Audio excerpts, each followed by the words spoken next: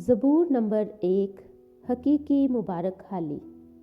मुबारक है वो शख्स जो शरीरों की सलाह पर नहीं चलता और ख़ताकारों की राह में खड़ा नहीं होता और ठट्ठाबाजों की मजलिस में नहीं बैठता, बल्कि खुदावंद की शरीयत में उसकी खुशनुदी है और उसी की शरीयत पर दिन रात उसका ध्यान रहता है। वो उस दरख्त की मानिंद होगा जो पानी की नदियों के पास लगाया गया है, जो अपने वक्त पर फलता है और जिसका पत्ता भी नहीं मुरझाता। सो जो कुछ वो करे बारवर होगा। शरीर ऐसे नहीं, बल्कि वो भूसे की मानिंद है जिसे हवा उड़ा ले जाती है।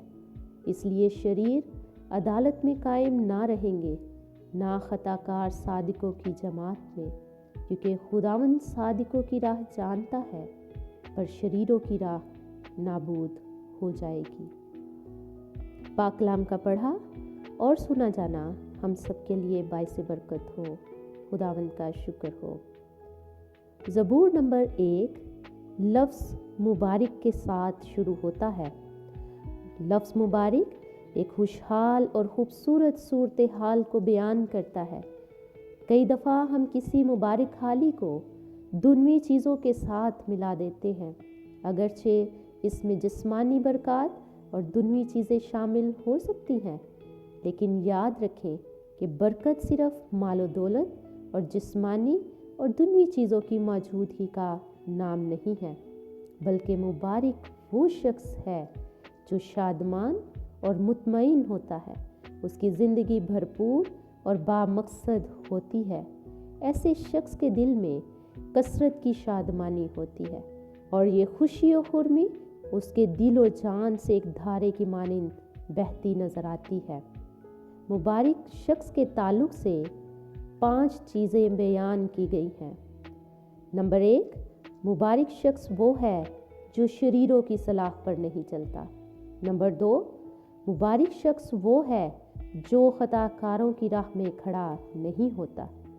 नंबर 3, मुबारक शख्स वो है जो ठट्ठाबाजों की मजलिस में नहीं बैठता। नंबर 4, मुबारक शख्स की खुशनुदी खुदा की शरीयत में होती है।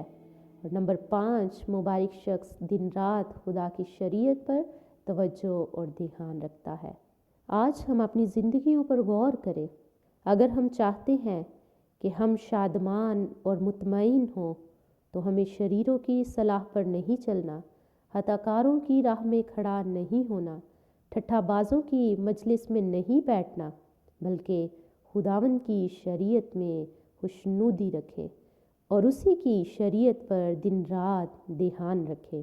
खुदावंद मुझे और आपको अपनी शरीयत पर, अपने अहकाम पर ध्यान लगाने की तौफीक अता करे और आप शख्सी तौर पर, ख़ानदानी तौर पर और कलीसियाई तौर पर इस ज़बूर के वसीले से बरकत पाएँ। यसु मसीह के नाम से आमीन।